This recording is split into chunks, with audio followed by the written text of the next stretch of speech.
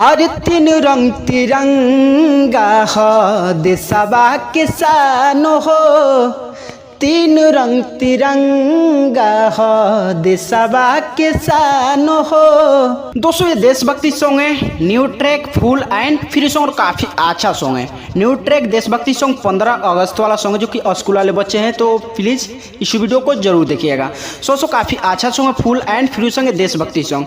So video अच्छा लगे तो वीडियो को लाइक कीजिएगा और शेयर कीजिएगा और कमेंट कीजिएगा। चलिए दोस्तों, अगर कोई सिंगर भी पर्सनली सॉन्ग भी लेना चाहते हैं तो अबाउट नंबर है स्क्रीन पर भी, इस नंबर पर कॉल करके पर्सनल सॉन्ग भी आप ले सकते हैं कम से कम चार्ज में।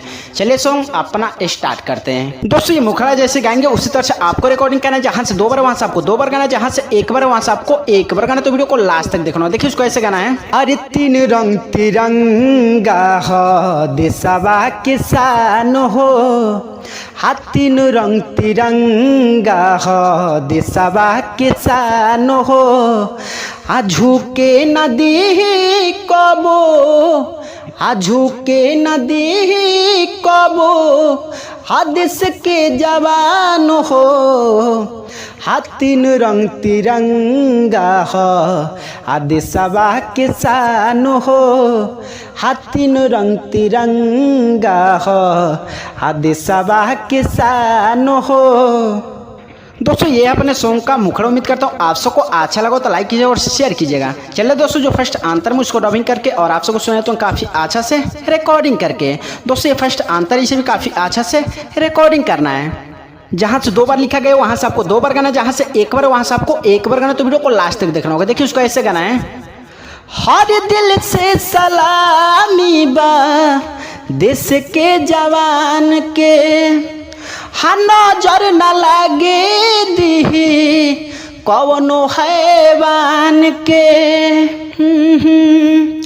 दिल से सलामी बा देश के जवान के, आ नजर न लागे दी कवनो हैवान के।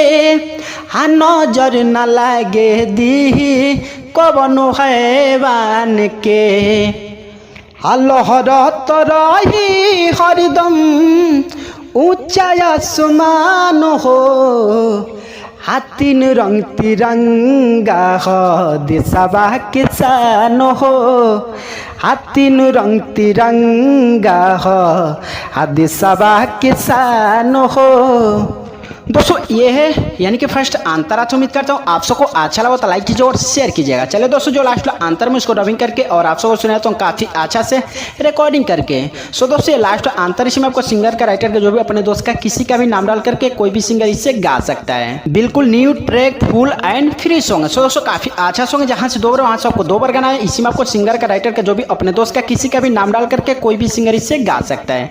देखिए उसको ऐसे गाना है। हर के तनो उड़ाई चाइना गोली बारूद हो, भल जाई जान बाकी होई जुद हो। हर के तनो उड़ाई चाइना गोली बारूद हो, भल जाई जान बाकी होई जुद हो। भल जाई जान बाकी होई जुद हो। हम हूँ तिरंगा लेके जाइब पाकिस्तान हो। हाँ तीन रंग तिरंगा हो देशवा के शान हो। हाँ तीन रंग तिरंगा हो देशवा के शान हो। दोस्तों यही अपना देशभक्ति सॉन्ग था, new track full and free song. दोस्तों काफ़ी अच्छा सॉन्ग था। उम्मीद करता हूँ आप सबको भी अच्छा लगा तो लाइक कीजिए और शेयर कीजिए और कमेंट कीजिएगा। चलिए दोस्तों, अगर कोई सिंगर भी पर्सनली सॉन्ग भी लेना चाहते हैं तो अबाउट नंबर स्क्रीन पर भी इस नंबर पर कॉल करके पर्सनल सॉन्ग भी आप ले सकते हैं कम से कम चार्ज में। चलिए फिर अगले वीडियो मिलेंगे नए वीडियो के साथ, तब तक के लिए जय हिंद, वंदे मातरम।